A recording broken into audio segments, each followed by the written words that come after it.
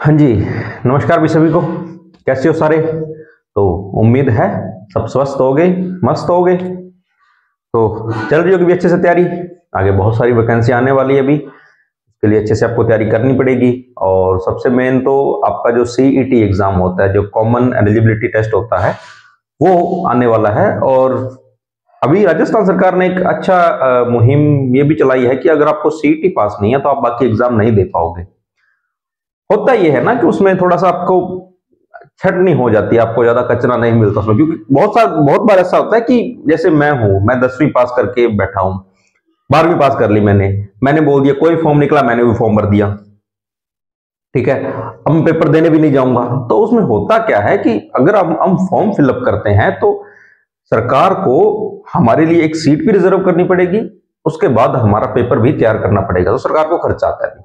उसलिए एक सीईटी चालू किया कि पहले तो आप सीईटी दो, अगर आप सीईटी में पास होते हो उसके बाद ही आप आगे वाले एग्जाम दे पाओगे। ठीक है।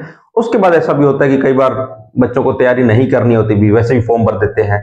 अब जैसे अगर मैं टीचिंग की तैयारी कर रहा हूं, बट मैंने सोच लिया कि अरे यार एलडीसी वैकेंसी है, ये भी भर देते हैं, मैं वो भी भर दूंगा, फिर एग्जाम देने नहीं जाऊंगा। इससे अच्छा कि सीईटी करवा लो, जिनको आगे तैयारी करनी है वो सीईटी देंगे।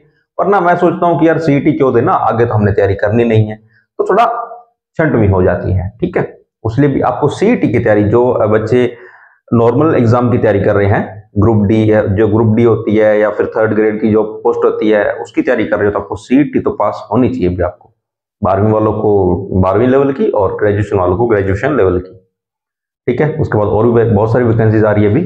तो अभी मैं अगर बोलूँ ना तो आपके पास टाइम नहीं है अभी, जितने भी स्टूडेंट है, टाइम बहुत कम है अभी कि कोई बात नहीं सर वैकेंसी अनाउंस हो जाए फिर हम तैयारी करेंगे। नहीं भाई, बहुत सारे बच्चे इस टाइम में घरों में, लाइब्रेरियों में, कोचिंग में बैठकर तैयारी कर रहे हैं उन एग्जाम की जिनकी अभी तक वैकेंसी भी अनाउंस नहीं हुई है। सोचो, अगर आप ये सोच रहे हो कि जब वैकेंसी आएगी तब हम तैयारी करना शुरू करेंगे, तो आप उन बच्चों से कितने पीछे चल रहे हो। अब तो ऐसा होना चाहिए कि जब भी वैकेंसी अनाउंस हो उससे पहले लगभग आपका सिलेबस पूरा हो, ताकि जैसे ही वैकेंसी अनाउंस हो आप रिवीजन करो, रिवीजन करने लग जाओ। ठीक है, तो हमने सिलेबस भी आपको लगभग पूरा डाल दिया है।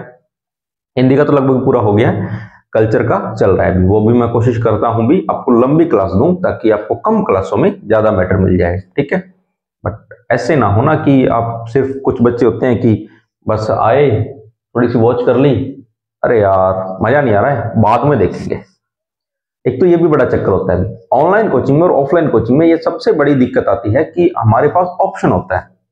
ऑफलाइन कोचिंग है, मैं पढ़ा रहा हूं, आप बैठे हो, कोई ऑप्शन नहीं, आपको सुनना पड़ेगा मैं जो बोल रहा हूं। ऑनलाइन कोचिंग है, अब मैंने रिकॉर्ड करके डाल दी, आपका अगर आधी देखी, आधी के बाद अरे यार मैसेज आ गया, एक बार छोड़ो बात करते हैं, बाद में देखेंगे क्लास, फिर वो बाद का बाद ही रह जाता है। ऐसे मत करना भाई। जब अगर आपके पास अभी, जैसे मेरे पास 1 घंटा टाइम है, तो मैं उस 1 घंटे में बाकी कुछ ना करके सिर्फ पढ़ूंगा।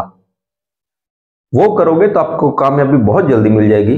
वरना भी अगर आप रास्ते से भटकते रहोगे तो मुश्किल है। और ऑनलाइन एक अच्छी सुविधा है भी, मेरा मानना है कि बहुत अच्छी सुविधा है कि आपको हर एक हालात में आपको पढ़ने का मौका देती है।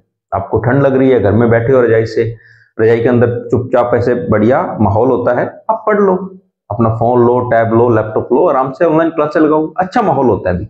हाँ, उसी को अगर आप दुरुपयोग करोगे तो समय है भी आपका बर्बाद हो रहा है, किसी और का नहीं।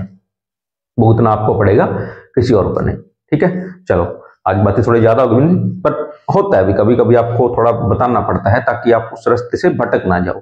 शिक्षक का काम सिर्फ शिक्षा देना नहीं है, आपका मार्गदर्शन करना भी होता है, ताकि आप अपने रास्ते पे चलते रहो, रास्ते से भटक ना जाओ। और कई बार होता है ना कि हमें जैसे आज हम बोल देते हैं बहुत बार कि अगर हमें उस टाइम में अगर कोई ऐसा समझाने वाला होता ना, तो हम ऐसे कर लेते, कहीं आपको कल जाके वो ना बोलना पड़े कि अरे यार हमें कोई ऐसे समझाने वाला होता ना तो हम भी ऐसे कर लेते। ठीक है, तो हम हैं भी आपको समझाने वाले, आपको कैसे करना है। ठीक है, चलो अब आते हैं टॉपिक पे। टॉपिक हमारा चल रहा था हिंदी, हिंदी में प्रत्यय। कुछ क्लासेस हमारी हो चुकी है पीछे, अगर आप पहली बार इस क्लास पे आए हो तो पहले उन क्लासों को देखना जो हो चुकी है, फिर यहाँ पे आना, ताकि आपको पीछे वाला क्लास भी अच्छे से होने के बाद ये समझ आ जाएगा। वरना सीधे यहाँ से शुरू करोगे तो कुछ समझ नहीं आएगा। ठीक है, अच्छा मैं एक बात बोल दूं कि आपने कारक मैंने आपको पढ़ाए थे ना, तो आपको कारक याद होने चाहिए। अगर आपको कारक याद है तो आप ये आसानी से कर लोगे, बहुत आसान हो जाएंगे। चलो, हमने पिछली क्लास में कृत प्रत्यय शुरू किए थे। उसका पहले हम कर्ता कृतवाचक कृत प्रत्यय किया था, जो हमारे कर्ता को बताता था कि कार्य में कर्ता कौन है या कार्य को कर्ता कौन है, वो दिखा रहा था। आज हम पढ़ेंगे दूसरा प्रकार, कौन सा है? कर्मवाचक कृत प्रत्यय। कर्म क्या होता है कि जो हम काम करते हैं, तो वे प्रत्यय, परिभाषा क्या है? वे प्रत्यय जो किसी धातु के अंत में जुड़कर कर्ता के कर्म का निर्माण करते हैं। क्या? जैसे एक वाक्य होता है, यहां लिखते हैं, अब मैं लिखूं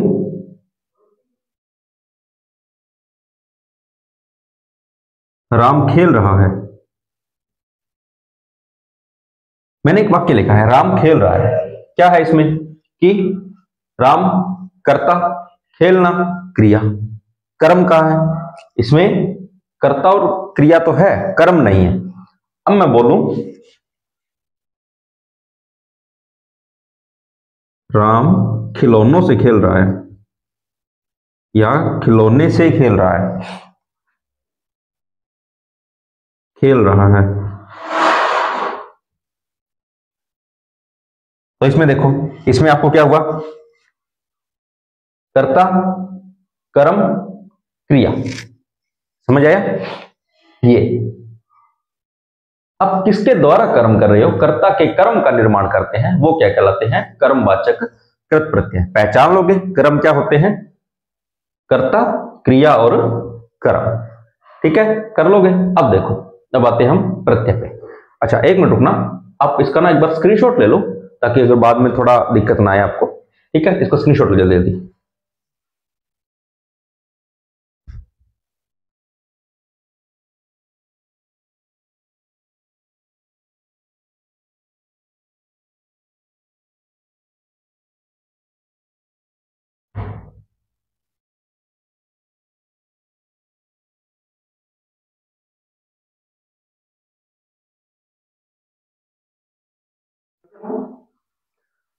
ले लिया स्क्रीनशॉट? चलो, अब आते हैं प्रत्यय पे। पहला प्रत्यय हमारा कौन सा है?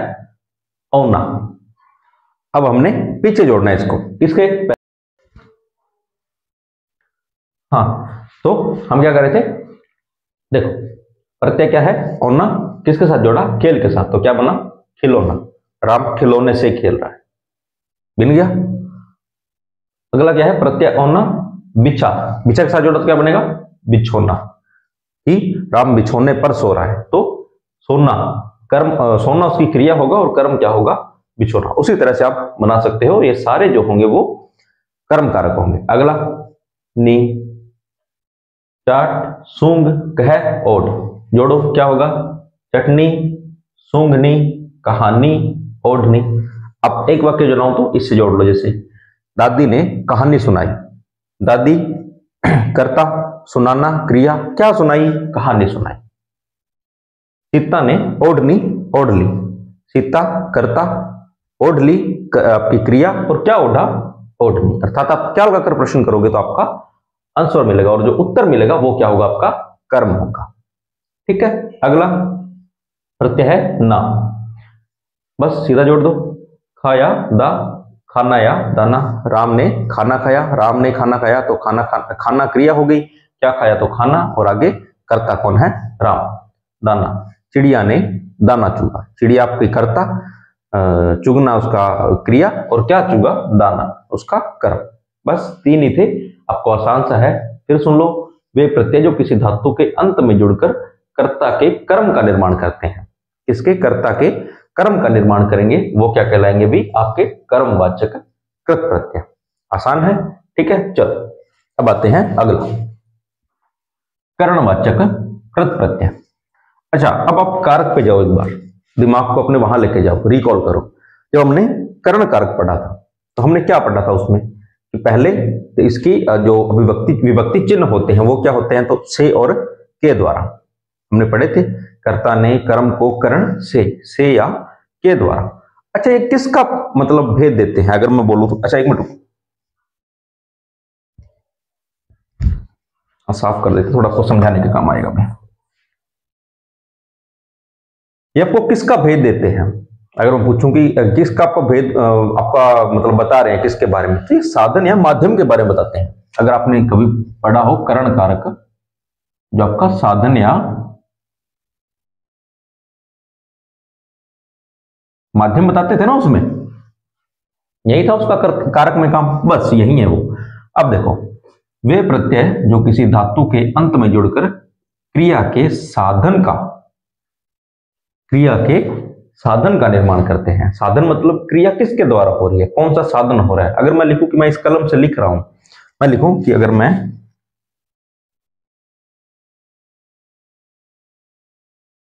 कलम से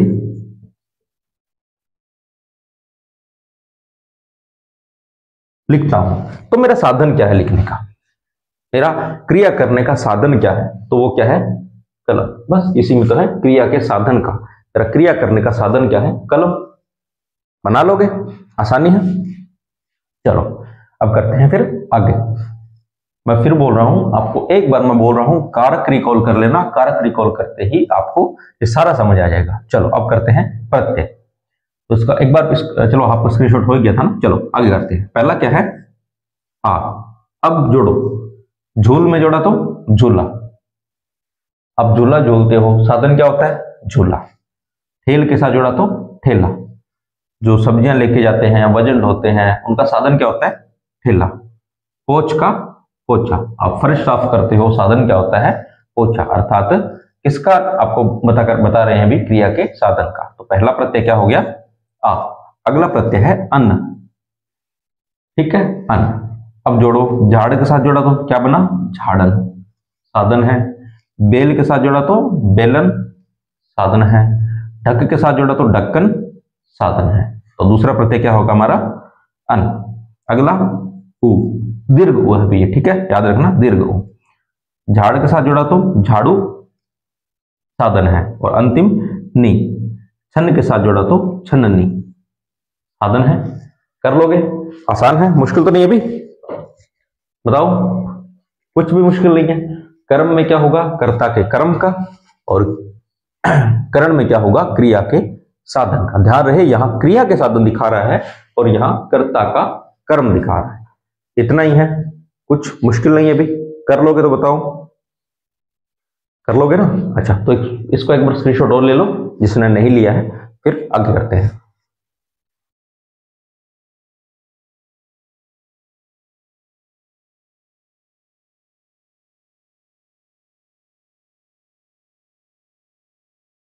हो गया, चलो।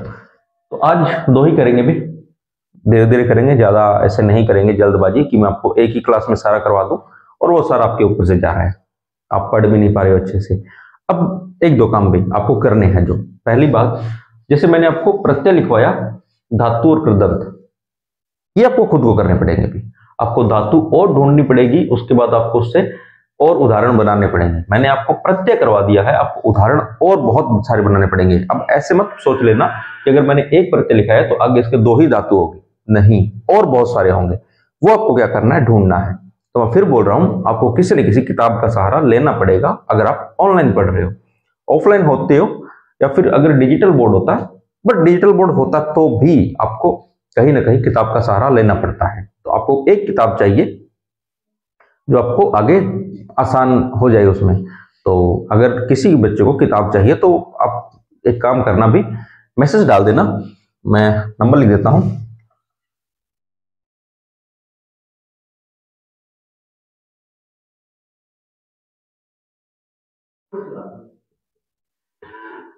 इस नंबर पर आप व्हाट्सएप कर सकते हो भी, मैं आपको बता दूंगा कि कौन सी बुक आपको लेनी चाहिए, ठीक है। मैं बुक नहीं दूंगा भी कि मैसेज करके बोल रहा हूं सर बुक दे दो भी, आपने बोला था, मैं बुक नहीं दूंगा, मैं आपको बता दूंगा आपको कौन सी बुक अच्छी रहेगी, ठीक है। तो आप व्हाट्सएप कर सकते हो, और ये सिर्फ व्हाट्सएप ही आएगा भी, कॉल मत करना, नहीं आएगी कॉल, ठीक है। ऐसे ही इधर पे मैंने आपको प्रत्यय ही लिखवाए हैं, धातु और कृदंत आपको खुद को ढूंढने पड़ेंगे, अर्थात उदाहरण आपको खुद को बनाने पड़ेंगे। धातु आपको जितनी भी धातु मिलेगी आप अपने आप बना लोगे। जैसे आप प्रत्यय में धातु ढूंढोगे, प्रत्यय जोड़ोगे और बन जाएंगे। यहाँ पर सिर्फ मेरा मकसद है आपको तरीका बताने का। जैसे गणित में होता है ना कि आपको सूत्र बताया जाता है, सवाल आप खुद बना लेते हो, वैसा ही है, मैं आपको सूत्र बता रहा हूँ, सवाल आप खुद बना लोगे। ठीक है, तो मिलते हैं अगली क्लास में, तब तक पढ़ते रहना भी, पढ़ाई मत छोड़ना। ठीक है, मिलते हैं अगली क्लास में, तब तक के लिए धन्यवाद।